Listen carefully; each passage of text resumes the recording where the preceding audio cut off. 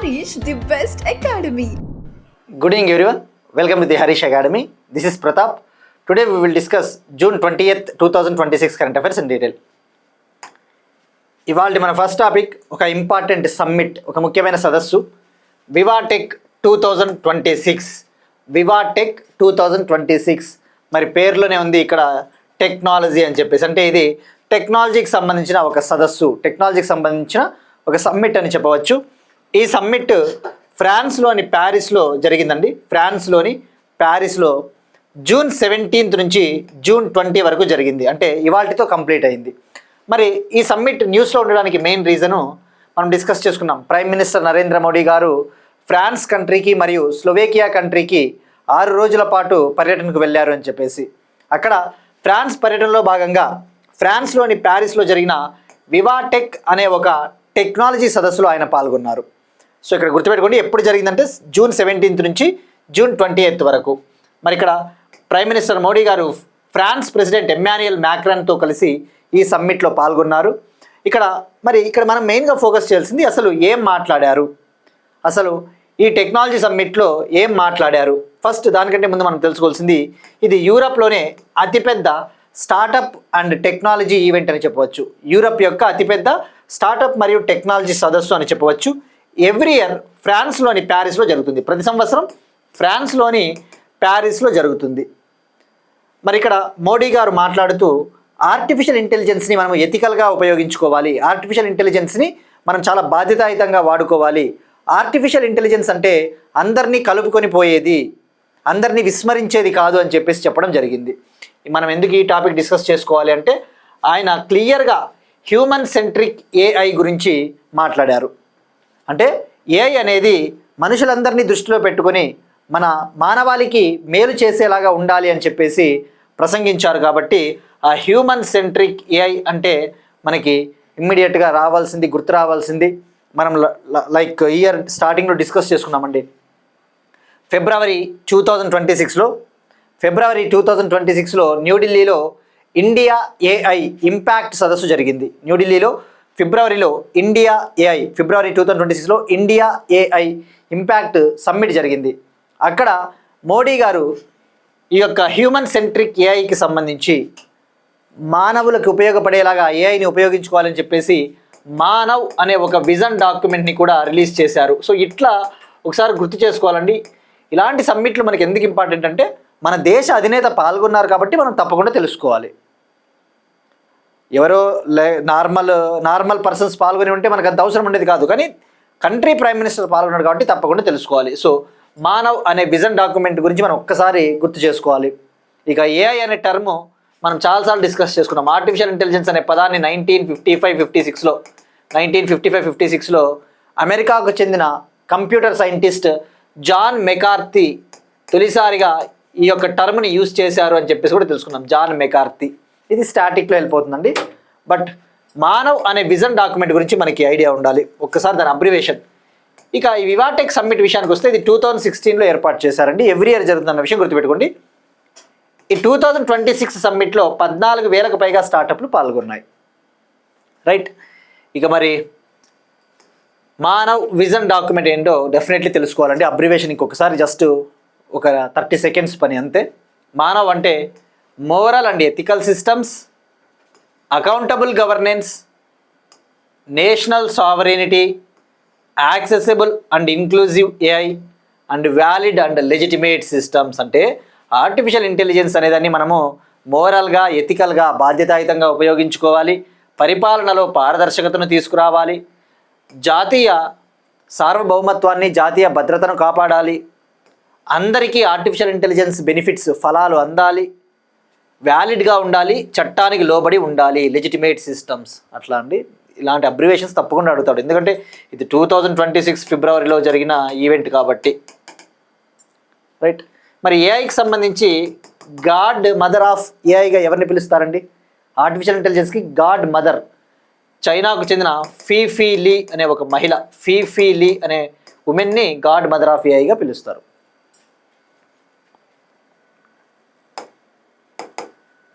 Next one, FATF ఉప అధ్యక్షుడిగా Vivek Agarwal. Financial action task ఫోర్స్కి ఉపాధ్యక్షుడిగా ఇండియాకు చెందిన వివేక్ అగర్వాల్ గారిని FATF నియమించింది. ఫైనాన్షియల్ యాక్షన్ టాస్క్ ఫోర్స్కి వైస్ ప్రెసిడెంట్గా ఇండియాకు చెందిన వివేక్ అగర్వాల్ గారిని FATF అపాయింట్ చేసింది. మరి ఇక్కడ ఫస్ట్ మనం దానికంటే ముందు తెలుసుకోవాల్సింది ఈ FATF అంటే ఏంటి, ఫైనాన్షియల్ యాక్షన్ టాస్క్ ఫోర్స్. ఇది చాలాసార్లు మనం డిస్కస్ చేసుకున్నామండి. ప్రపంచవ్యాప్తంగా మనీ లాండరింగు, ఉగ్రవాదానికి ఎవరైతే నిధులు అందిస్తూ ఉంటారో అటువంటి కార్యకలాపాలను అడ్డుకోవడానికి ఏర్పాటైన సంస్థ, ఒక అంతర్జాతీయ సంస్థ. వరల్డ్ వైడ్ ముఖ్యంగా మనం చూస్తూ ఉన్నాం మనీ లాండరింగ్ అంటే బ్లాక్ మనీ యాక్టివిటీస్, నల్లధనం కార్యకలాపాలు, బ్లాక్ మనీ, మనీ లాండరింగ్. అలానే టెర్రర్ ఫైనాన్స్ అంటే ఏంటి, టెర్రరిజం కార్యకలాపాలకి, టెర్రరిజం యాక్టివిటీలకి డబ్బులు అందిస్తూ ఉంటారు ఉగ్రవాద ముఠాలకి. అలాంటి మనీ లాండరింగ్, టెర్రర్ ఫైనాన్స్ అటువంటి యాక్టివిటీస్ని కంట్రోల్ చేయడం కోసం FATF అనే సంస్థ 1989లో ఏర్పాటైంది.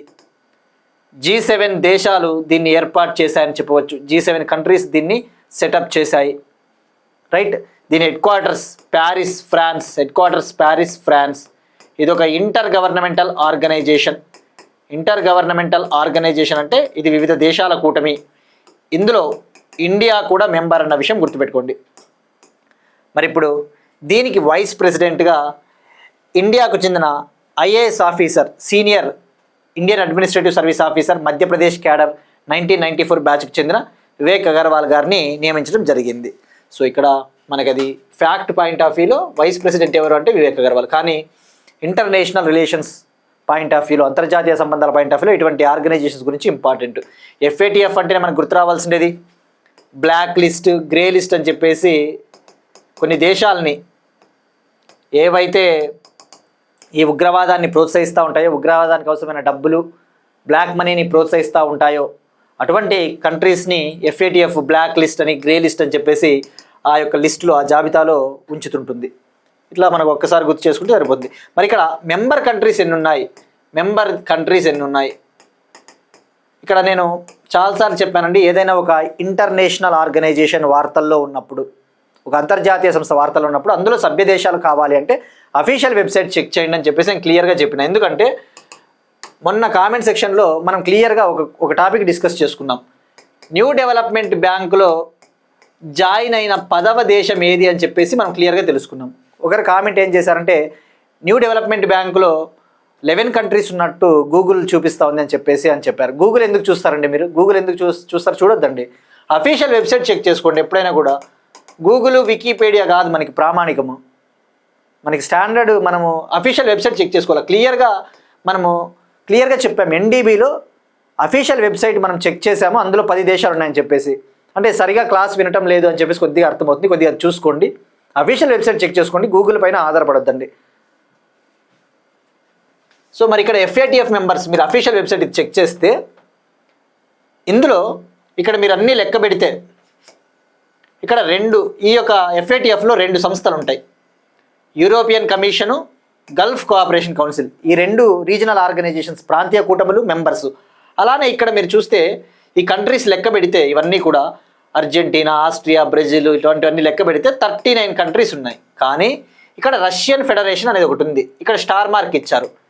రష్యన్ ఫెడరేషన్ స్టార్ మార్క్ ఎందుకు ఇచ్చారంటే 2023 ఫిబ్రవరిలో రష్యన్ ఫెడరేషన్ని FATF సస్పెండ్ చేసింది, బహిష్కరించింది అని అర్థం స్టార్ మార్క్ ఉంటే. సో ఇప్పుడు FATFలో 38 కంట్రీస్ ఉన్నాయన్న విషయం గుర్తుపెట్టుకోండి. మీరు వికీపీడియా అట్లాంటివి చూసినా మళ్ళీ 40 కంట్రీస్ చూపిస్తుంది. ఒకసారి కంపారిజన్ చేసుకోవాలండి. ఎప్పుడు కూడా అఫీషియల్ వెబ్సైటు మీరు అలాంటి వికీపీడియా చెక్ చేసుకున్నా కూడా మ్యాచ్ అయితే నో ప్రాబ్లం, మ్యాచ్ కాలేదంటేనే ప్రాబ్లము. సో FATFలో 38 కంట్రీస్, ఇండియా కూడా మెంబర్ అన్న విషయం గుర్తుపెట్టుకోండి. ఇక ఇందులో regional organisations, European commission, gulf cooperation council కూడా 2 మెంబర్ ఆర్గనైజేషన్స్ అన్న విషయం గుర్తుపెట్టుకోండి. నెక్స్ట్ వన్ ఒక ఇంపార్టెంట్ స్కీమ్ అండి. మనం గతంలో డిస్కస్ చేసుకున్న స్కీమే అగైన్ వార్తల్లో ఉంది. ప్రధానమంత్రి వికసిత్ భారత్ రోజ్గార్ యోజన.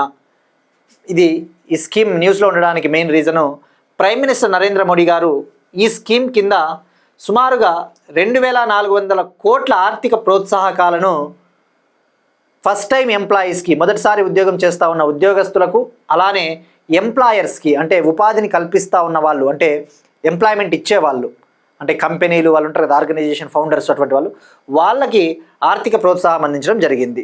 ఈ స్కీమ్ కింద ప్రైమ్ మినిస్టర్ నరేంద్ర మోడీ గారు ఫస్ట్ టైం ఎంప్లాయీస్కి అలానే ఎంప్లాయర్స్ అంటే మనకి జాబులు ఇచ్చేవాళ్ళు ఆ ఎంప్లాయర్స్కి అప్రాక్సిమేట్లీ సుమారుగా 2400 crore విలువైన ఇన్సెంటివ్స్ ఫైనాన్షియల్ ఇన్సెంటివ్స్ని ట్రాన్స్ఫర్ చేశారు.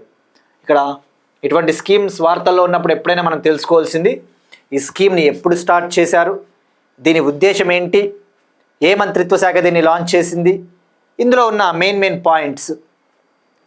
మరి ఇక్కడ ఈ స్కీమ్ విషయానికి వస్తే ఈ స్కీమ్ ఏంటి, ఎంప్లాయ్మెంట్ని జనరేట్ చేయడం కోసం ఉపయోగపడుతుంది, ఉపాధిని కల్పించడానికి, జాబులు కల్పించడానికి, అలానే ఎంప్లాయీస్కి ఉద్యోగాలు చేసే వాళ్ళకి ఇండస్ట్రీకి మధ్య ఏదైనా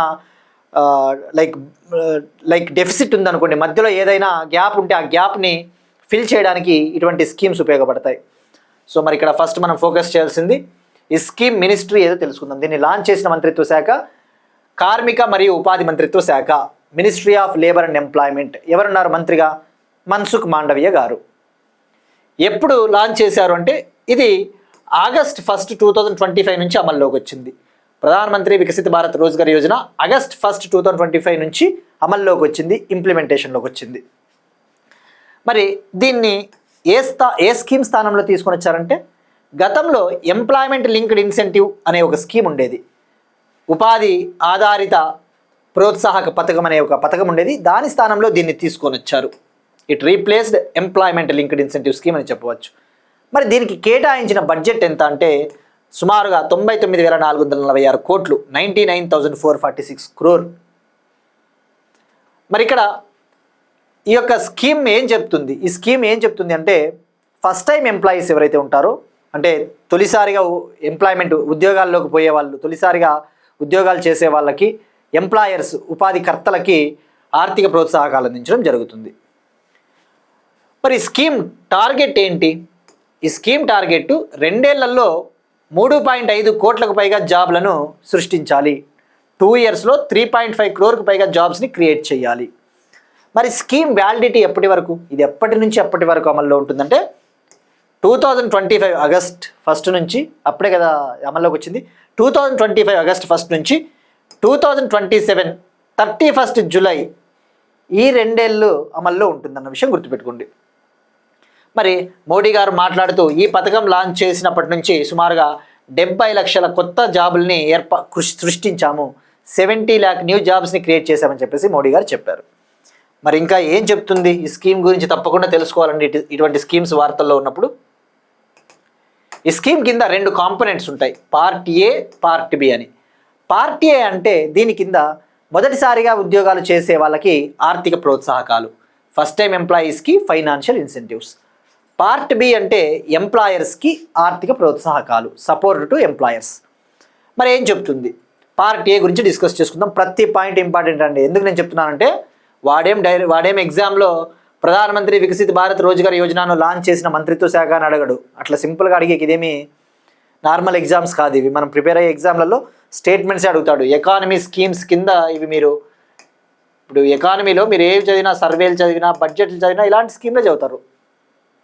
మరి పార్ట్ ఏ కింద ఫస్ట్ టైం జాబులు చేసే వాళ్ళకి ఆర్థిక ప్రోత్సాహకాలు ఎవరికి ఇస్తారు, ఎంత ఇస్తారు అంటే ఎవరైతే మొదటిసారిగా ఉద్యోగాలు చేసే ఎంప్లాయీస్ ఉంటారో, అది కూడా ఎవరైతే ఎంప్లాయ్మెంట్ ప్రొవిడెంట్ ఫండ్ ఆర్గనైజేషన్ ఈపీఎఫ్ఓతో రిజిస్టర్ అయి ఉంటారో వాళ్ళకి 15,000 వరకు ఆర్థిక ప్రోత్సాహకము 2 ఇన్స్టాల్మెంట్లలో అందిస్తారు. ఈపీఎఫ్ఓతో ఎవరైతే రిజిస్టర్ అయి ఉంటారో అటువంటి ఫస్ట్ టైం ఎంప్లాయీస్కి 15,000 వరకు ఆర్థిక ప్రోత్సాహకాలు 2 ఇన్స్టాల్మెంట్లలో ఇస్తారు, 2 విడతలలో ఇస్తారు. ఎవరైతే ఫస్ట్ టైం ఎంప్లాయీస్ ఈపీఎఫ్ఓతో రిజిస్టర్ అయి ఉంటారో వాళ్ళకి 15,000 వర్త్ ఫైనాన్షియల్ ఇన్సెంటివ్స్ని 2 ఇన్స్టాల్మెంట్స్లో ప్రొవైడ్ చేస్తారు. మరి ఎవరు ఎలిజిబుల్, ఎవరు అర్హులు అంటే ఎవరికైతే నెలకు ₹1,00,000 వేజెస్ వస్తాయో, ఎవరికైతే నెలకు ₹1,00,000 వరకు ఆదాయం వస్తుందో, ఎవరికైతే నెలకు ₹1,00,000 వరకు శాలరీ వస్తుందో వాళ్ళు ఎలిజిబుల్. ఇక్కడ 1 lakh per month అండి. మీరు క్లియర్గా పిఐబి లాంటి దానిలలో చెక్ చేసుకోవచ్చు. ఇక్కడ మంత్ మెన్షన్ చేయలేదు, కానీ పిఐబిలో క్లియర్గా ఉంటుంది. ఎవరికైతే మంత్కి 1 lakh వరకు శాలరీ ఉంటుందో వాళ్ళు ఎలిజిబుల్, అర్హులు. అలానే వాళ్ళకి ఆన్లైన్ ఫైనాన్షియల్ లిటరసీ కోర్సులు కూడా అందిస్తారు. ఇక పార్ట్ బి విషయానికి వస్తే, పార్ట్ బి కింద ఎంప్లాయర్స్కి వివిధ రంగాల్లో వాళ్ళు కల్పించే ఉద్యోగాలకు గాను వాళ్ళకి ఆర్థిక ప్రోత్సాహకాలు అందిస్తారు. మరి వాళ్ళకి ఎంత ఇస్తారు అంటే, ఎంప్లాయర్స్ ఎవరైతే ఉంటారో ఉపాధికర్తలు, వాళ్ళు సృష్టించే ప్రతి అదనపు ఉద్యోగానికి నెలకు 3,000 రూపాయల చొప్పున ఆర్థిక ప్రోత్సాహకం అందిస్తారు. ఎంప్లాయర్స్ ఎవరైతే ఉంటారో వాళ్ళు సృష్టించే ప్రతి అదనపు ఉద్యోగానికి నెలకు 3,000 రూపాయల చొప్పున ఆర్థిక ప్రోత్సాహకము. ఎంప్లాయర్స్ ఎవరైతే ఉంటారో వాళ్ళు క్రియేట్ చేసే ఎవ్రీ అడిషనల్ ఎంప్లాయ్మెంట్కి మంత్కి 3,000 రూపీస్ వరకు ఫైనాన్షియల్ ఇన్సెంటివ్. అలానే తయారీ రంగంలో ఈ ఎంప్లాయర్స్ ఉపాధిని కల్పిస్తే వాళ్లకు 4 ఏళ్ల వరకు ఆర్థిక ప్రోత్సాహకాలు అందిస్తారు. తయారీ రంగంలో ఎవరైతే ఉపాధి కల్పిస్తారో వాళ్ళకి 4 ఏళ్ల వరకు ఆర్థిక ప్రోత్సాహకాలు. మ్యానుఫ్యాక్చరింగ్ సెక్టార్లో ఎంప్లాయ్మెంట్ క్రియేట్ చేసే వాళ్ళకి, ఆ ఎంప్లాయర్స్కి 4 years వరకు ఫినాన్షియల్ ఇన్సెంటివ్స్. ఇక వివిధ రంగాల్లో, తయారీ రంగం కాకుండా వివిధ రంగాల్లో ఎంప్లాయ్మెంట్ కనుక క్రియేట్ చేసిస్తే వాళ్ళకి 2 years వరకు, 2 ఏళ్ల పాటు ఆర్థిక ప్రోత్సాహకాలు, ఫైనాన్షియల్ ఇన్సెంటివ్స్. సో ప్రతి పాయింట్ నీట్గా రాసుకోండి, చిలకి చెప్పినట్టు చెప్పడం జరుగుతూ ఉంది కాబట్టి. ఇది అండి ఈ స్కీమ్కి సంబంధించి Pradhan Mantri Viksit Bharat Rozgar Yojana. Next one, politics సంబంధించి ఒక ఇంపార్టెంట్ టాపిక్ అండి. ఫుట్పాత్ పై నడిచే హక్కును ప్రాథమిక హక్కుగా ప్రకటించిన సుప్రీంకోర్టు. సుప్రీంకోర్టు ఒక కీలకమైన నిర్ణయం తీసుకునింది. ఫుట్పాత్ పైన నడిచే హక్కును ప్రాథమిక హక్కుగా ప్రకటించింది. Supreme court gave an important verdict. Supreme Court declared that right to walk on footpath is a fundamental right. Right to walk on footpath is a fundamental right. ఫుట్పాత్లు మనకి జనరల్గా ఫుట్పాత్లు అంటే తెలియనిది ఏముంది, మనము రోడ్ల పక్కన ఉంటాయి ఫుట్పాత్లు మనకి నడవడానికి, కానీ మనం నడిచలేము, నడిచేకుండదు. ఒక్కోసారి ఇష్టానుసారము స్కూటర్లు అవి వస్తూ ఉంటాయి, దీనివల్ల యాక్సిడెంట్లు జరుగుతూ ఉంటాయి, ప్రాణాలు పోతూ ఉంటాయి. సో మరి ఇప్పుడు సుప్రీంకోర్టు ఏమని చెప్పిందంటే, ఈ యొక్క ఫుట్పాత్స్ ఏవైతే ఉంటాయో ఆ ఫుట్పాత్స్ పైన సేఫ్గా నడిచే హక్కు, సురక్షితంగా నడిచే హక్కు అనేది ప్రాథమిక హక్కులో భాగమని చెప్పింది. Right to walk on footpath is a fundamental right అని చెప్పింది. అలానే ఆ యొక్క సురక్షితమైన ఫుట్పాత్లను పొందే హక్కు కూడా ప్రాథమిక హక్కు అని చెప్పింది. Right to the access to footpaths, right to access to safe footpaths is a fundamental right అని చెప్పింది. Right to access to safe footpaths అంటే ఇక్కడ మీరు అబ్జర్వ్ చేస్తే సురక్షితమైన ఫుట్పాత్లను పొందే హక్కు కూడా ప్రాథమిక హక్కే, ఆ సురక్షితమైన ఫుట్పాత్ల పైన నడిచే హక్కు కూడా ప్రాథమిక హక్కు అని చెప్పింది.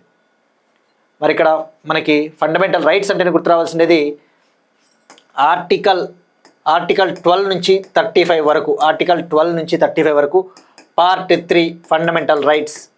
మరి ఫండమెంటల్ రైట్స్ని ఏమని పిలుస్తారండి? Magna carta of the constitution, magna carta of the Indian constitution. Magna carta అంటే ఏంటి? ఇవి హక్కుల పత్రాలు.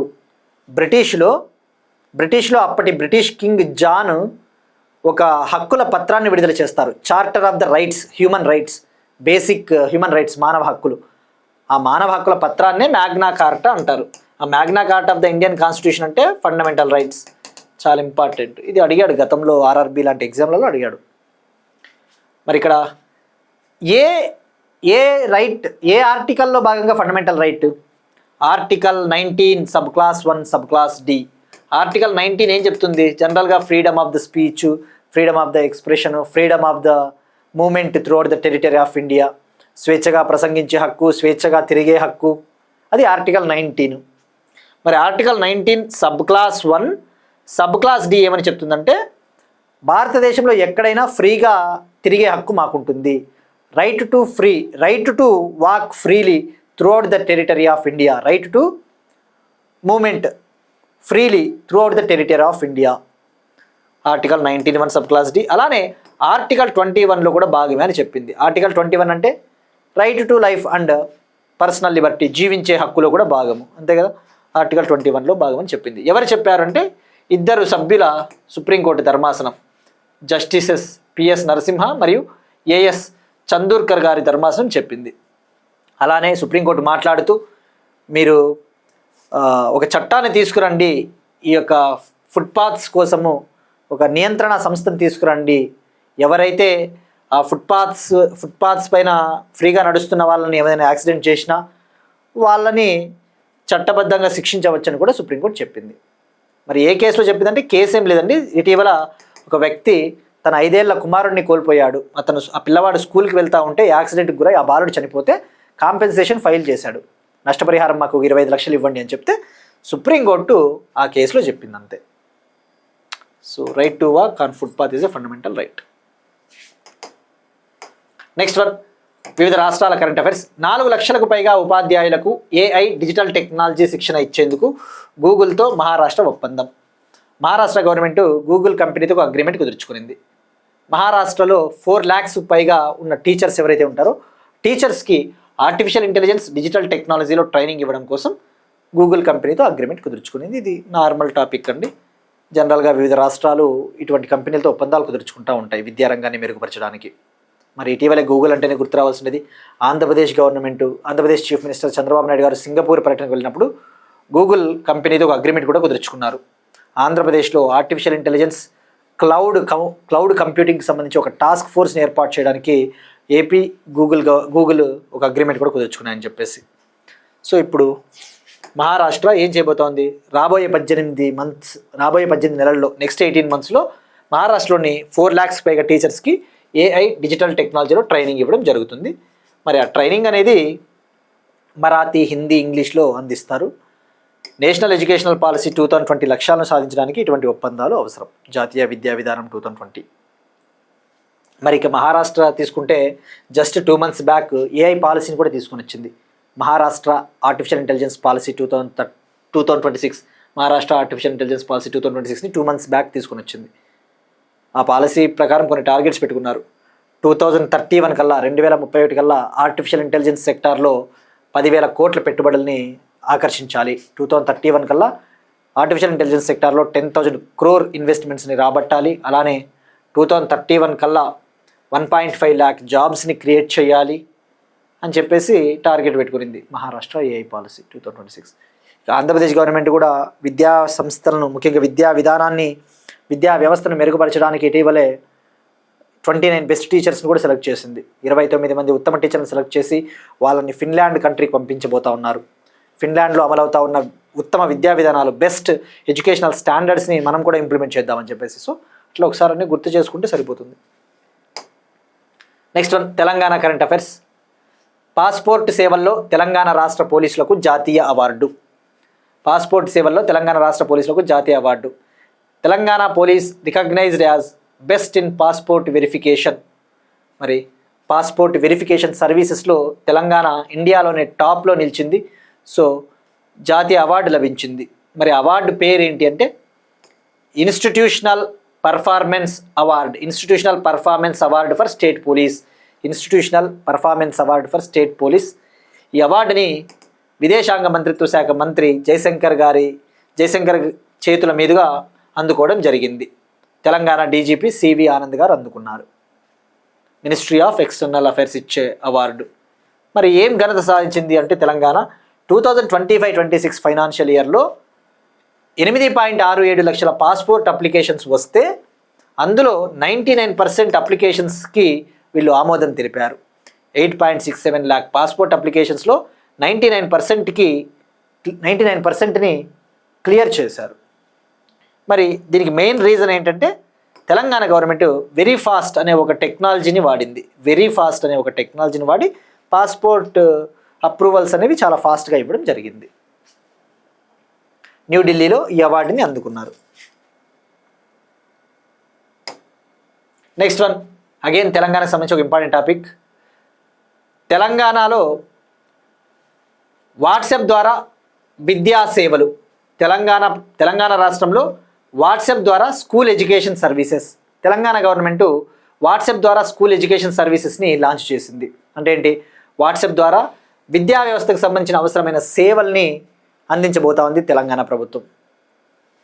School education services and WhatsApp launched by Telangana government. మరి ఎవరి సహకారంతో దీన్ని డెవలప్ చేశారంటే తెలంగాణ ఎడ్యుకేషన్ డిపార్ట్మెంటు మరియు మీ సేవా సహకారంతో తెలంగాణ విద్యాశాఖ విభాగము మరియు మీ సేవా కోఆపరేషన్తో వాట్సాప్ బేస్డ్ పాఠశాల విద్యాసేవలను ప్రారంభించింది. దీనికోసం తెలంగాణ గవర్నమెంట్ ఒక డిజిటల్ మస్కట్ను కూడా ఏర్పాటు చేసింది. డిజిటల్ మస్కట్ అంటే ఆ డిజిటల్ మస్కట్ ద్వారా ఆన్లైన్ పద్ధతిలో డిజిటల్ పద్ధతిలో అవసరమైన విద్యా సేవల్ని అందిస్తుంది తెలంగాణ ప్రభుత్వం. మరి ఆ డిజిటల్ మస్కట్కి దేన్ని సెలెక్ట్ చేశారంటే తెలంగాణ స్టేట్ బర్డ్ అయిన పాలపిట్టని సెలెక్ట్ చేశారు. తెలంగాణ స్టేట్ బర్డ్ అయిన పాలపిట్టని ఏమంటారు? ఇండియన్ రోలర్ అంటారు. మరి తద్వారా తెలంగాణలోని 18 లక్షల స్టూడెంట్స్ మరియు పేరెంట్స్కి అవసరమైన సేవలు వాట్సాప్ ద్వారా అందుతాయి. మరి ఏం చేస్తుంది డిజిటల్ మస్కట్? ఈ పాలపిట్ట ఏం చేస్తుందంటే స్టూడెంట్స్కి పేరెంట్స్కి అవసరమైన సర్వీసెస్, స్కూల్ సర్వీసెస్ అవన్నీ కూడా వీడియో మెసేజ్ల ద్వారా వాట్సాప్లో అందిస్తుంది. సో సింపుల్గా డిజిటల్ మస్కట్ ఏది అంటే పాలపిట్ట. Next one, Andhra Pradesh current affairs. Andhra Pradesh maritime board head క్వార్టర్స్గా Amaravati. Andhra Pradesh government maritime board head క్వార్టర్స్గా అమరావతిని ఎంపిక చేసింది. Andhra Pradesh maritime board head క్వార్టర్స్గా అమరావతిగా Andhra Pradesh ప్రభుత్వం ఉత్తర్వులు జారీ చేసింది. మొన్నటి వరకు కాకినాడలో ఉండేది దీని హెడ్ క్వార్టర్స్, ఇప్పుడు అమరావతికి తరలించబోతూ ఉంది. సో ఇక్కడ ఎగ్జామ్ పాయింట్ ఆఫ్లో మనం తెలుసుకోవాల్సింది ఎంత చదివినా సింపుల్గా ఉన్న AP maritime board head quarters దానికి సంబంధించి ఉన్న ఏదో ఇచ్చింటాడు. బట్ మెయిన్గా మనం తెలుసుకోవాల్సింది ఆ మ్యారిటైమ్ బోర్డు ఏం చేస్తుంది అసలు. ఆంధ్రప్రదేశ్లో సముద్రయాన రంగాన్ని అభివృద్ధి చేసే బాధ్యతలు చేపడుతుంది. అలానే ఆంధ్రప్రదేశ్లో పోర్టుల అభివృద్ధికి, పోర్టు ఆధారిత పారిశ్రామికీకరణను, మైనర్ మరియు నాన్ మేజర్ పోర్ట్స్, చిన్న పోర్టులు, ప్రధానేతర ఓడరేవుల అభివృద్ధి కోసము ఈ యొక్క మ్యారిటైమ్ బోర్డు కృషి చేస్తుంది. Maritime administration, port led industrialisation, development of minor and non major పోర్ట్స్ని డెవలప్ చేసే బాధ్యత ఈ మ్యారిటైమ్ బోర్డు తీసుకుంటుంది. Next one, exercise conquest 2026. Exercise conquest 2026 డిఫెన్స్కి సంబంధించిన ఎక్సర్సైజ్లు అండి. మరి మనం తెలుసుకోవాల్సింది ఎక్సర్సైజ్ కాన్క్వెస్ట్ అనేది ఇది బహుళ దేశాలు పాల్గొనే ఒక మిలిటరీ విన్యాసం అని చెప్పవచ్చు. బహుళ దేశాలు పాల్గొనే మిలిటరీ విన్యాసము, మల్టీనేషనల్ జాయింట్ మిలిటరీ ఎక్సర్సైజ్. ఇందులో డిఫరెంట్ కంట్రీస్ పాల్గొంటాయి. జనరల్గా మనకి డిఫెన్స్ ఎక్సర్సైజ్ ఎలా ఉంటాయి? 2 దేశాల మధ్య జరిగేలాగా ఉంటాయి, బైలేటరల్ ఎక్సర్సైజెస్. కానీ కొన్ని మల్టీ నేషన్స్ పాల్గొనే ఎక్సర్సైజ్లు కూడా ఉంటాయి, చాలా దేశాలు పాల్గొనే ఉంటాయి. ఫర్ ఎగ్జాంపుల్ మనం ఇటీవల ఎక్సర్సైజ్ పిచ్ బ్లాక్ 2026 గురించి డిస్కస్ చేసుకున్నాం. ప్రతి 2 ఏళ్లకు ఒకసారి, ఎవ్రీ 2 ఇయర్స్కి ఒకసారి ఆస్ట్రేలియాలో royal Australian air force exercise pitch black అనే పేరిట ఒక ఎయిర్ ఎక్సర్సైజ్ వైమానిక విన్యాసాన్ని నిర్వహిస్తుందని చెప్పేసి అందులో బహుళ దేశాలు పాల్గొంటాయి, నంబర్ ఆఫ్ కంట్రీస్. అట్లనే ఎక్సర్సైజ్ కాన్క్వెస్ట్ అనేది బహుళ దేశాలు పాల్గొనే ఒక మిలిటరీ విన్యాసము. ఎవ్రీ ఇయర్ మంగోలియాలో జరుగుతుంది, ప్రతి సంవత్సరం మంగోలియా కంట్రీలో జరుగుతుంది. మరి ఇక్కడ మనం తెలుసుకుందాం ఈ ఎక్సర్సైజ్ కాన్క్వెస్ట్ అనేది ఎప్పుడు స్టార్ట్ అవబోతా ఉంది అంటే ఇవాళ స్టార్ట్ అయింది, జూన్ 20 నుంచి జూలై 3 వరకు. జూన్ 20 నుంచి జూలై 3 వరకు ఇందులో ఇండియన్ ఆర్మీ పాల్గొనబోతా ఉంది, ఇండియన్ ఆర్మీ పార్టిసిపేట్ చేస్తూ ఉంది. గుర్తుపెట్టుకోండి, ఎవ్రీ ఇయర్ మంగోలియాలోనే జరుగుతుంది, ప్రతి సంవత్సరం మంగోలియాలోనే, అంటే పర్మనెంట్ వెన్యూ, శాశ్వతంగా మంగోలియాలోనే జరుగుతుంది. మరి ఈ సంవత్సరం జరుగుతూ ఉన్నది 23rd ఎడిషన్, 23వసారి జరుగుతూ ఉందన్న విషయం గుర్తుపెట్టుకోండి. మరి గతంలో ఎక్కడ జరిగిందంటే లాస్ట్ ఇయర్ కూడా మంగోలియాలోనే జరిగింది. ఇది ఫస్ట్ ఎప్పుడు స్టార్ట్ అయిందంటే 2003లో ప్రారంభమైంది. 2003లో ప్రారంభమైనప్పుడు ఇది యాక్చువల్లీ అమెరికాకి మంగోలియాకి మధ్య సంయుక్త సైనిక విన్యాసంగా ప్రారంభమైంది. 2003లో అమెరికాకి మంగోలియాకి మధ్య ఒక బైలేటరల్ ఆర్మీ ఎక్సర్సైజ్గా ప్రారంభమైంది. స్టార్ట్ అయినప్పుడు 2 దేశాలే, కానీ 2006 నుంచి ఇందులో వివిధ దేశాలు పాల్గొనడం ప్రారంభించాయి. From 2006 onwards it became multinational army exercise అనే విషయం గుర్తుపెట్టుకోండి. మరి దీన్ని ఎవరు నిర్వహిస్తారు అంటే మంగోలియా కంట్రీ మరియు US Pacific command. It is co-sponsored by US Pacific command and Mongolia. So 23వ ఎడిషన్ ఎక్కడ జరుగుతుంది అంటే మంగోలియాలోని ఉలన్ బాటర్ అనే సిటీలోని 5 హిల్స్ ట్రైనింగ్ ఏరియాలో జరగబోతా ఉంది ఇది. నెక్స్ట్ వన్, భౌతిక శాస్త్రంలో ప్రతిష్టాత్మక వూల్ఫ్ బహుమతిని గెలుచుకున్న తొలి భారతీయ సంతతి వ్యక్తిగా ప్రొఫెసర్ జైనేంద్ర జైన్. భౌతిక శాస్త్రంలో ప్రతిష్టాత్మక వూల్ఫ్ ప్రైజ్ను గెలుచుకున్న తొలి భారతీయ సంతతి వ్యక్తిగా ప్రొఫెసర్ జైనేంద్ర జైన్. ఫిజిక్స్లో వూల్ఫ్ ప్రైజ్ని విన్ అయిన first Indian origin person professor Jainendra Jain. మరి ఇక్కడ అవార్డ్స్ న్యూస్లో ఉన్నప్పుడు మనం తెలుసుకోవాల్సింది ఫస్ట్, ఈ అవార్డు ఏ కంట్రీ ఇస్తుంది, ఎందుకు ఇస్తారు, ఎప్పుడు స్టార్ట్ చేశారు, ప్రైజ్ మనీ అటువంటివి తెలుసుకోవాలండి. ఈ వూల్ఫ్ ప్రైజ్ అనేది ఇజ్రాయెల్ కంట్రీ ఎవ్రీ ఇయర్ ఇస్తుంది. ఇజ్రాయెల్ దేశము ప్రతి ఇయర్ ఇవ్వడం జరుగుతుంది. మరి ఇది ఏ రంగాల్లో ఇస్తారంటే ఫిజిక్స్. ఈ వూల్ఫ్ ప్రైజ్ని agricultural, chemistry, mathematics, medicine, physics, arts లాంటి రంగాల్లో బెస్ట్ సర్వీసెస్, ఉత్తమ సేవలు అందించిన వాళ్ళకి ఇవ్వడం జరుగుతుంది. మరి ఇది ఎప్పుడు స్టార్ట్ అయిందంటే 1978లో ఈ అవార్డు స్టార్ట్ అయింది. ఎవరిస్తారంటే ఇజ్రాయెల్కు చెందిన వూల్ఫ్ ఫౌండేషన్. ప్రైజ్ మనీ విన్నర్లకి $1,00,000 ఇవ్వడం జరుగుతుంది, $1,00,000 బహుమతి. మరి ఇక్కడ వూల్ఫ్ ప్రైజ్ ఫిజిక్స్ విభాగంలో ఫస్ట్ టైం ఈ ప్రైజ్ని ఒక తొలి భారతీయ సంతతి వ్యక్తిగా ప్రొఫెసర్ జైనేంద్ర జైన్ గారు గెలుచుకున్నారు. మరి ఇక్కడ ఎగ్జామ్ పాయింట్ ఆఫ్ వ్యూలో జనరల్గా మనకి నోబెల్ ప్రైజ్లు ఆల్రెడీ ఉన్నాయి. Nobel prize physics, chemistry, medicine ఇటువంటి రంగాల్లో ఇస్తారు. మరి వూల్ఫ్ ప్రైజ్ అంటే ఇస్తూ ఉంటాయి వేరే దేశాలు. మనం ఏం చేస్తాము, వేరే దేశాలు కూడా బాగా సేవలు చేసిన వాళ్ళని సెలెక్ట్ చేసి ఇవ్వడం జరుగుతుంది. అట్లా ఇజ్రాయెల్ ఇస్తూ ఉంది. మరి ఇప్పుడు ఈ యొక్క ఇండియన్ ఆరిజిన్ ఫిజిసిస్ట్, భౌతిక శాస్త్రవేత్త జైనేంద్ర జైన్ గారికి వచ్చింది. ఎందుకు వచ్చిందంటే ఈయన క్వాంటమ్ రీసెర్చ్కి సంబంధించి కాంపోజిట్ ఫెర్మియాన్స్ అనే వాటిని కనుగొన్నాడు. క్వాంటమ్ పరిశోధనకు సంబంధించి కాంపోజిట్ ఫెర్మియాన్స్ అనే వాటిని డిస్కవర్ చేశాడు. మరి ఈ అవార్డు ఎవరిచ్చారు అంటే ఇజ్రాయెల్ కంట్రీ ప్రెసిడెంట్ ఐజాక్ హెర్జాగ్ చేతుల మీదుగా అందుకున్నారు. ఎక్కడ ఈవెంట్ జరిగిందంటే జెరూసలేంలో. జనరల్గా నోబెల్ ప్రైజ్ తర్వాత ఇది ఫిజిక్స్లో ఇచ్చే ఒక అత్యున్నత పురస్కారంగా భావిస్తారు. నోబెల్ ప్రైజ్ తర్వాత ఇక సెకండ్ హైయెస్ట్ హానర్ అని చెప్పొచ్చు ఫిజిక్స్లో. అట్లా జనరల్గా ఆల్రెడీ ఈ భౌతిక శాస్త్ర విభాగంలో ఈ వూల్ఫ్ ప్రైజ్ని గెలుచుకున్న 27 సైంటిస్టులు వాళ్ళు తర్వాత నోబెల్ ప్రైజ్ని కూడా గెలుచుకున్నారు. అంటే ఏంటి, వూల్ఫ్ ప్రైజ్ వచ్చిందంటే మేబీ నోబెల్ ప్రైజ్ కూడా వాళ్ళకి రావచ్చు, దగ్గరలో ఉన్నట్టే. అంటే ఇక సెమీఫైనల్ లాంటిది అనుకోండి, సెమీఫైనల్ గెలిస్తే ఇంక మనం ఫైనల్ గెలిచేసినట్టే అనుకుంటాం కదా. అట్లా మేబీ అంటే అలా అంటారు.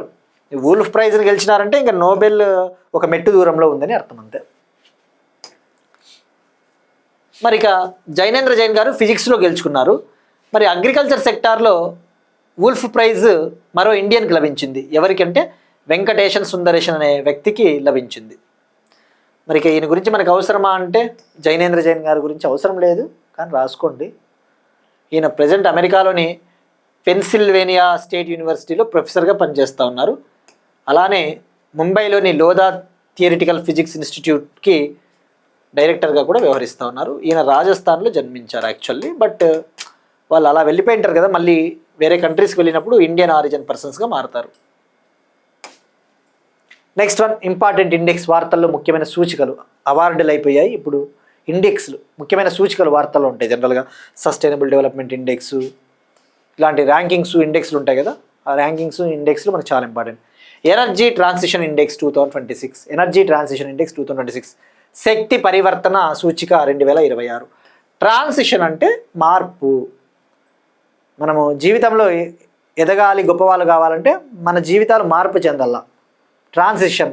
మరి ఎనర్జీ ట్రాన్సిషన్ అంటే ఫాజిల్ ఫ్యూయల్స్, కోలు, పెట్రోలియం ఇటువంటి ఇంధనాలని వాడడం తగ్గించేసి మనం రెన్యూబుల్ ఎనర్జీని వాడాలి. సోలారు, విండ్ అటువంటి వాటిని వాడితే మనం పర్యావరణానికి మంచి చేసిన వాళ్ళం అవుతాము, లేకపోతే పర్యావరణానికి చెడ్డు చేసిన వాళ్ళు అవుతాం మనము.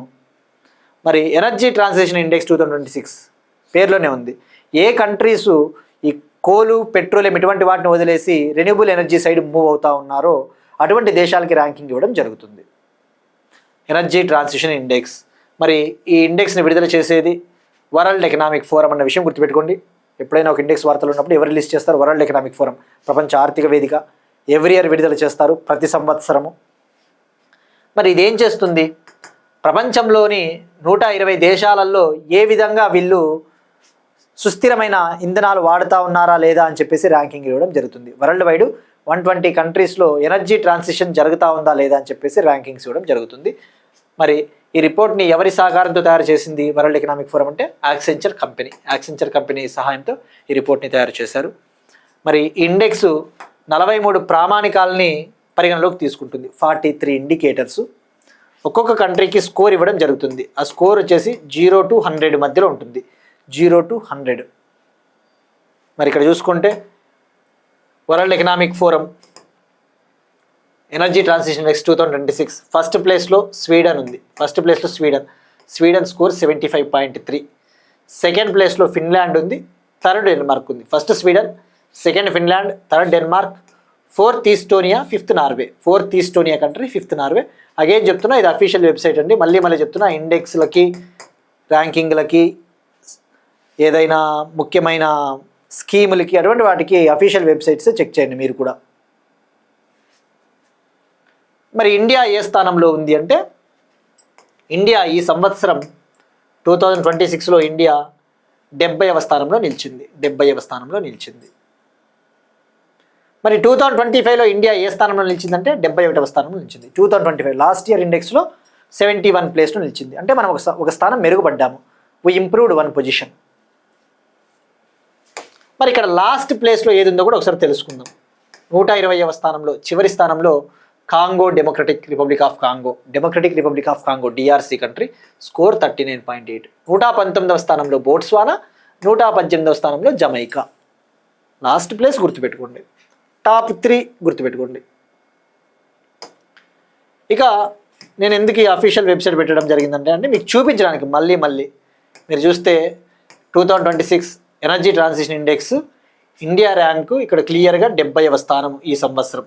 ఇండియా స్కోర్ 54.9, 70వ స్థానం.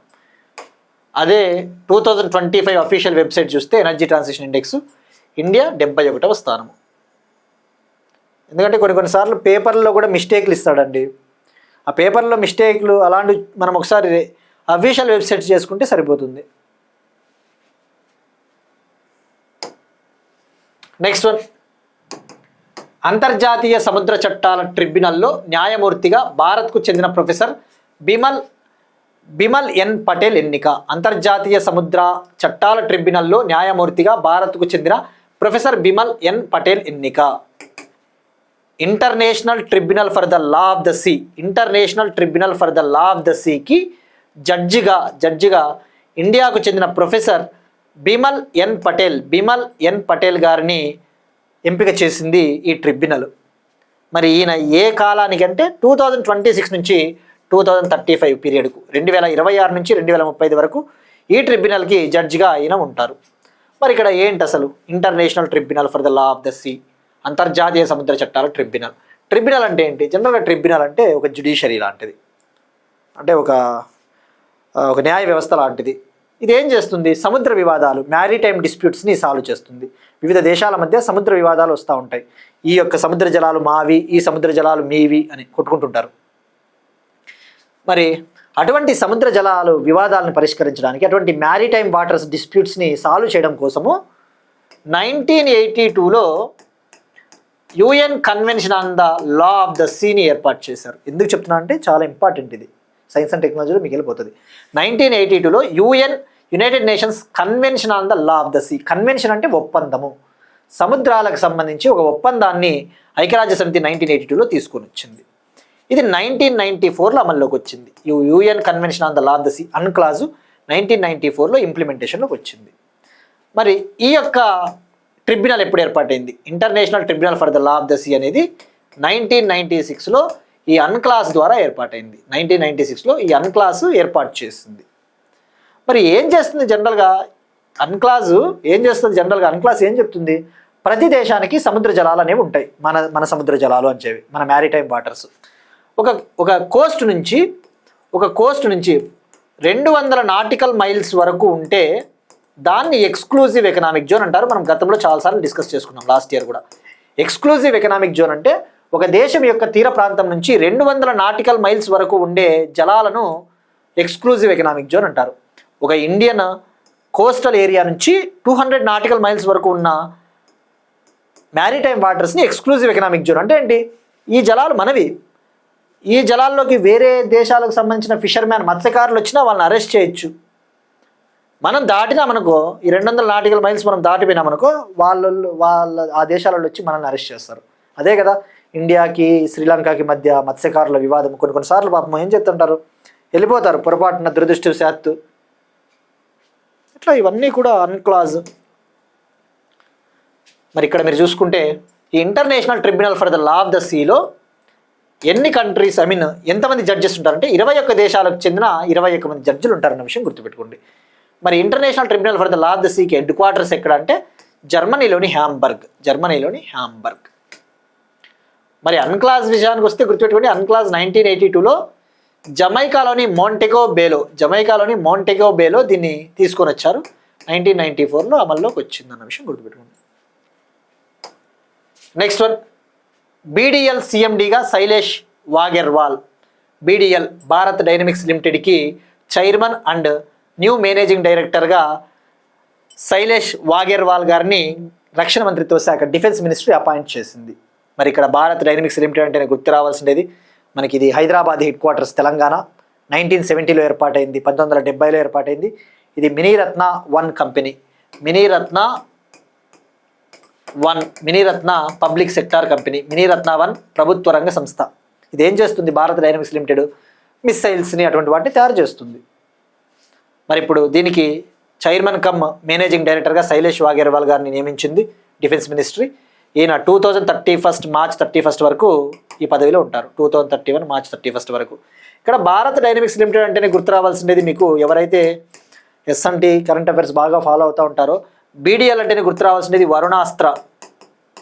వరుణాస్త్ర అనే టార్పిడో, అండర్ వాటర్ టార్పిడో. ఈ యొక్క షిప్స్ నుంచి, జలంతర్గాముల నుంచి లాంచ్ చేసే టార్పిడో. ఆ వరుణాస్త్రాన్ని ఎవరు తయారు చేస్తారు అంటే హైదరాబాద్లోని భారత్ డైనమిక్స్ లిమిటెడే. మనం డిస్కస్ చేసుకున్నాం ఏప్రిల్ 2026లో భారత్ డైనమిక్స్ లిమిటెడ్ తొలిసారిగా మొదటి స్వదేశీ వైర్ గైడెడ్ హెవీ వెయిట్ టార్పెడోను డిఆర్డిఓకు చెందిన విశాఖపట్నంలోని నావెల్ సైన్స్ అండ్ టెక్నాలజికల్ ల్యాబొరేటరీకి అందించిందని చెప్పేసి తెలుసుకున్నాం. ఇటీవల ఏప్రిల్ 2026లో హైదరాబాద్లోని భారత్ డైనమిక్స్ లిమిటెడ్ సంస్థ మొట్టమొదటి స్వదేశీ production grade wire guided heavy weight టార్పెడోను డిఆర్డిఓకు చెందిన విశాఖపట్నంలోని నావెల్ సైన్స్ అండ్ టెక్నాలజికల్ ల్యాబొరేటరీకి అందించిందని చెప్పేసి తెలుసుకున్నాం. అది కూడా వరుణాస్త్ర లాంటిదే. ఈ production grade wire guided heavy weight torpedo అనేది అది కూడా వరుణాస్త్ర క్లాస్కి చెందినదే. దాని పేరు వరుణాస్త్ర జాతికి చెందినదే అన్న విషయం గుర్తుపెట్టుకోండి. సో ఇలాంటివి హెల్ప్ అవుతాయండి ఎస్ఎన్టీలో. Next one, important days in news. వార్తల్లో ముఖ్యమైన దినోత్సవాలు. World sickle cell day. ప్రతి సంవత్సరం జూన్ 19న వరల్డ్ సికిల్ సెల్ డేని నిర్వహిస్తారు. అంటే నిన్న నిర్వహించారు. మరి సికిల్ సెల్ వ్యాధి ఇది ఒక genetic disorder, rare blood disorder అని చెప్పవచ్చు, రక్త వ్యాధి. మరి సికిల్ సెల్ అనేది చాలా డేంజరస్. సికిల్ సెల్ అంటే ఏంటి? జనరల్గా హెల్తీ పర్సన్స్లో బ్లడ్ సెల్స్ అనేవి డిస్క్ షేప్లో ఉంటాయి. ఆరోగ్యవంతమైన వ్యక్తులలో ఎర్ర రక్త కణాలు ఇలా డిస్క్ షేప్లో ఉంటాయి. కానీ సికిల్ సెల్ వ్యాధి వచ్చిందనుకోండి, ఆ రక్త కణాలు ఇట్లా కొడవలి షేప్లోకి వెళ్ళిపోతాయి, సికిల్ కొడవలి. అప్పుడు ఏమవుతుంది? జనరల్గా హెల్తీ పర్సన్స్లో బ్లడ్ ఫ్లో బాగుంటుంది. కానీ సికిల్ సెల్ వ్యాధి ఉన్న వాళ్ళల్లో ఈ యొక్క బ్లడ్ సెల్స్ సికిల్ షెల్ షేప్లోకి మారుతాయి కదా, అప్పుడు రక్త ప్రవాహం అనేది ఆగిపోతుంది. బ్లడ్ ఫ్లో ఆగిపోయినప్పుడు ఆ ఎర్ర రక్త కణాలు చనిపోతాయి, ఆర్గాన్ ఫెయిల్యూర్ అవుతుంది, మరణిస్తారు అట్లా. సో మరి ఎవ్రీ ఇయర్ జూన్ 19న సెలబ్రేట్ చేసుకుంటారు. దీన్ని సెలబ్రేట్ చేసేది యునైటెడ్ నేషన్స్. తొలిసారిగా 2009లో దీన్ని నిర్వహించారు. మరి థీమ్ ఏంటి అంటే closing the survival gap equity in sickle cell disease. అంటే తెలుగులో చెప్పాలంటే సర్వైవల్ గ్యాప్ అంటే ఏంటి? మరణానికి బతికే అవకాశాలకి మధ్య ఉన్న వ్యత్యాసాన్ని తగ్గించాలి. Equity in sickle cell disease అంటే ఆ సికిల్ సెల్ వ్యాధిగ్రస్తులందరికీ చికిత్స మరియు సంరక్షణలో సమానమైన అవకాశాలు కల్పించాలి. ఇక్కడ ఆస్పిరెంట్స్ నేను చెప్పేది మళ్ళీ ఒకటే అండి, ఇలాంటి డేస్ ప్రతిరోజు కూడా ఏదో ఒకటి వార్తల్లో ఉంటుంది. సికిల్ సెల్ డే అంటాడు, వరల్డ్ లివర్ డే అంటాడు, ఆర్గాన్ డే, హార్ట్ డే, ఇవన్నీ వార్తల్లో ఉన్నప్పుడు మనకి ఎగ్జామ్లలో జనరల్గా ఆర్ఆర్బి, డిఎస్సి లాంటి ఎగ్జామ్లలో ఇలాంటివి అడగడానికి ఛాన్స్ ఉంటుంది. మేబీ గ్రూప్స్ లాంటి ఎగ్జామ్లలో కూడా చెప్పలేం. ఎంతసేపు వరల్డ్ ఎన్విరాన్మెంట్ డే అలాంటి డేస్ అడుగుతాడని కాదు, కొన్ని నార్మల్ డేస్ ఇష్టానుసారం వాళ్ళకి తోచినవి అడగడానికి ఛాన్స్ ఉంటుంది. థీమ్ అనేది గుర్తుపెట్టుకోవాలంటే రివిజన్స్ని బట్టి ఆధారపడి ఉంటుంది. లేదు నాకు ఒక్క మార్క్ కూడా పోకూడదు, నా కరెంట్ అఫైర్స్ 30 కావాలంటే ప్రయారిటీ మనం ఎక్కువ ఇచ్చుకుంటాము, నంబర్ ఆఫ్ రివిజన్స్ చేస్తాము. కానీ స్మార్ట్గా చదువుకోండి. ఇప్పుడు ప్రతి డే ఎప్పుడు మొదలయ్యింది, తొలిసారిగా ఎప్పుడు నిర్వహించారు, అది అవసరమా అంటే అది అవసరమా కాదని ఎప్పుడు తెలుస్తుంది అంటే మీరు క్వశ్చన్ పేపర్లు చూస్తే తెలుస్తుంది, ప్రీవియస్ ఇయర్ పేపర్స్. ఇప్పుడు వరల్డ్ ఎన్విరాన్మెంట్ డే అనుకోండి, every year June 5th celebrate చేసుకుంటారు. అది తొలిసారిగా ఎప్పుడు నిర్వహించారు అంటే అటువంటివి చాలా ఇంపార్టెంట్.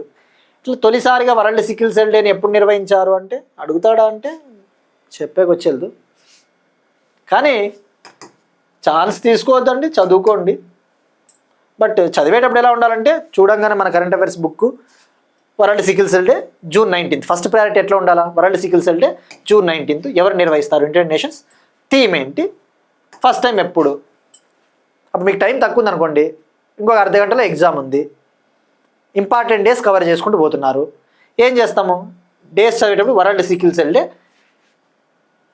ఎప్పుడు సెలబ్రేట్ చేసుకుంటారు, ఎవరు నిర్వహిస్తారు, థీమ్ ఏంటి, ఫస్ట్ టైం ఎప్పుడు నిర్వహించారో చూసుకోండి. అట్లా కాకుండా ఇంకొక 15-20 నిమిషాల్లో ఎగ్జామ్ ఉంది, అర్ధ గంటలో ఎగ్జామ్ ఉంది, ఒక గంటలో ఎగ్జామ్ ఉంది అనుకుందాం, టైం తక్కువ ఉన్నప్పుడు world sickle cell day first time 2009లో సెలబ్రేట్ చేసుకున్నారు అనే వరకు చదువుతావు, బెల్ల కొడతారు, లోపలికి పోతాము. అసలు థీమ్ ఏంటి, ఎవరు నిర్వహిస్తారో చూసుకోకుండా ఇది చూసుకొని పోతే ఇది అడగడు, అట్లా పోతుంది. అట్లా ప్రయారిటీ పైన ఆధారపడి ఉంటుంది. మనం ఏ దానికి ప్రాధాన్యత, వరుస క్రమంలో ప్రాధాన్యత దేనికి ఇస్తున్నామనే దానిపైనే మన విజయ అవకాశాలు ఆధారపడి ఉంటాయి అనేది నా పర్సనల్ ఒపీనియన్. అంటే ఇట్స్ డిపెండ్స్ అపాన్ యూ అండి. At the end of the day ఎన్ని రివిజన్స్ చేస్తారు అనే దానిపైన ఆధారపడి ఉంటుంది. ఇక ఇవాళ క్వశ్చన్ అండి, మనం ఇందాక డిస్కస్ చేసిన టాపిక్కే, న్యూ డెవలప్మెంట్ బ్యాంక్లో 10వ సభ్యదేశంగా జాయిన్ అయిన దేశం ఏది. ఇక నేను అడిగిన క్వశ్చన్, WPIకి base year 2022-23 wholesale price index, ఇందులో 957 ఐటమ్స్ ఉంటాయి. ఇక జీడిపికి కూడా కొత్త బేస్ ఇయర్ వచ్చింది 2022-23 మనం డిస్కస్ చేసుకున్నాం. సిపిఐకి కూడా కొత్త base year 2024, index of the industrial ప్రొడక్షన్కి కూడా కొత్త బేస్ ఇయర్ 2022-23. ఇక నిన్న కామెంట్ సెక్షన్లో కొంతమందికి డౌట్ రైజ్ చేశారండి, స్ట్రైట్ ఆఫ్ హార్ముజ్ గుండా ప్రపంచవ్యాప్తంగా జరుగుతూ ఉన్న క్రూడ్ ఆయిల్ ట్రాన్స్పోర్ట్లో మనం 38% స్ట్రైట్ ఆఫ్ హార్ముజ్ జలసంధి గుండానే ఫ్లో అవుతుందని చెప్పేసి తెలుసుకున్నాం.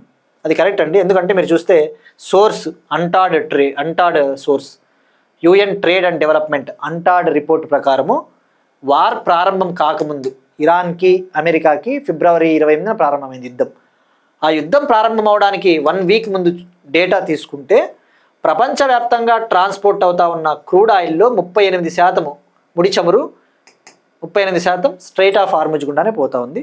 ప్రపంచవ్యాప్తంగా రవాణా అవుతా ఉన్న LPGలో 29% స్ట్రైట్ ఆఫ్ హార్ముజ్, LNGలో 19% అట్లా.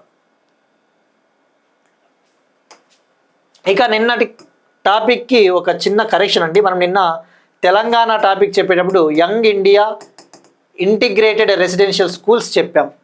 తెలంగాణ ప్రభుత్వం విద్యా వ్యవస్థను డెవలప్ చేయడం కోసం 105 యంగ్ ఇండియా ఇంటిగ్రేటెడ్ రెసిడెన్షియల్ స్కూల్స్ని అసెంబ్లీ నియోజకవర్గాల్లో ఏర్పాటు చేస్తోందని చెప్పేసి అక్కడ మనం చెప్పినప్పుడు ఒక్కొక్క స్కూల్కి 5 కోట్లు కేటాయించారు అని చెప్పేసి చెప్పామండి. అది చెప్పడానికి రీజన్ ఏంటంటే న్యూ ఇండియన్ ఎక్స్ప్రెస్లో March 21st అంటే జస్ట్ 3 months బ్యాక్ March 21, 2026లో న్యూ ఇండియన్ ఎక్స్ప్రెస్ పేపర్లో ఇచ్చాడు. ఏమన్నాడంటే young India integrated residential schools కోసము 105 స్కూల్స్ని నిర్మించబోతా ఉన్నారు, ఒక్కొక్క స్కూల్కి 5 కోట్లు కేటాయించారని చెప్పేసి ఇవ్వడం జరిగింది. అయితే ఇది మేబీ తొలి దశలో భాగంగా 5 కోట్లు కేటాయిస్తారేమో, కానీ ఓవరాల్గా ఈ 105 స్కూళ్ళకి బడ్జెట్ వచ్చేసి 21,000 కోట్లు అండి. అది ఇంకొద్దిగా అప్డేట్ ఇవ్వాల్సిండేది. నేను ఏదైనా కూడా అట్లా చిన్న చిన్న ఏవైనా ఇక్కడ కేవలం ఈ న్యూస్ పేపర్లో ఇలా ఇవ్వడం మూలాన నేను ఇది డిస్కస్ చేయడం జరిగింది. దీనికి యాక్చువల్ అఫీషియల్ వెబ్సైట్ కూడా ఏం నాకు అంత కనబడలేదు. బట్ ఎనీవే నేను అట్లాంటిది ఉంటే నేను చూసుకుంటానండి. సో హిందూ పేపర్లో 2026 జనవరిలో ఇచ్చాడు. మొత్తం young India integrated residential schools 105 స్కూళ్ళకు గాను 21,000 కోట్లు తెలంగాణ ప్రభుత్వం కేటాయించింది. అంటే అప్పుడు ఒక్కొక్క స్కూల్కి 200 crore అవుతుంది. 200 × 105 21,000 crore. సో డెఫినెట్లీ అలాంటి ఏమైనా చిన్న చిన్న మిస్టేక్లు నా సైడ్ నుంచి జరిగితే నేను రెక్టిఫై చేసుకుంటానండి. ఎందుకంటే న్యూస్ పేపర్లో కూడా ఒక్కొక్కసారి మనల్ని మిస్లీడ్ చేసేలాగే ఉంటాయి. అందుకే నేను చెప్పేది మళ్ళీ మీరు కూడా చదివేటప్పుడు పీడిఎఫ్లు చదివినా ఏది చూసుకున్నా ఒకసారి అఫీషియల్ వెబ్సైట్ చూసుకోండి. నేను ఎలాగో క్లాస్లో చిన్న చిన్న తప్పులు దొరికినా నేనైతే రెక్టిఫై చేస్తానండి నెక్స్ట్ రోజు అయినా కూడా. అందులో మీరేం టెన్షన్ పడాల్సిన పని లేదు. ఇక ఇవాల్టి కరెంట్ అఫైర్స్ ఇవి అండి. మనం క్విక్గా రీక్యాప్ చూద్దాం.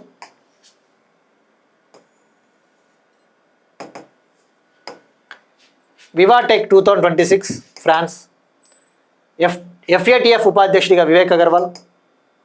ప్రధానమంత్రి వికసిత్ భారత్ రోజ్గార్ యోజన. ఫుట్పాత్పై నడిచే హక్కును ప్రాథమిక హక్కుగా ప్రకటించిన సుప్రీంకోర్టు. 4 లక్షలకు పైగా ఉపాధ్యాయులకు AI డిజిటల్ టెక్నాలజీని శిక్షణ ఇచ్చేందుకు గూగుల్తో మహారాష్ట్ర ఒప్పందం. పాస్పోర్ట్ సేవల్లో తెలంగాణ రాష్ట్ర పోలీసులకు జాతీయ అవార్డు. వాట్సాప్ ద్వారా స్కూల్ ఎడ్యుకేషన్ సర్వీసులను అందించనున్న తెలంగాణ ప్రభుత్వం. ఏపీ మ్యారిటైమ్ బోర్డు హెడ్ క్వార్టర్స్గా Amaravati. Exercise conquest 2026. Wolf prize. Energy transition index 2026. International tribunal for the law of the sea. Bharat dynamics limited CMDగా Shailesh Wagerwal. World sickle cell day June 19th. That's it. These are today's current affairs. We'll meet you again tomorrow and thank you everyone.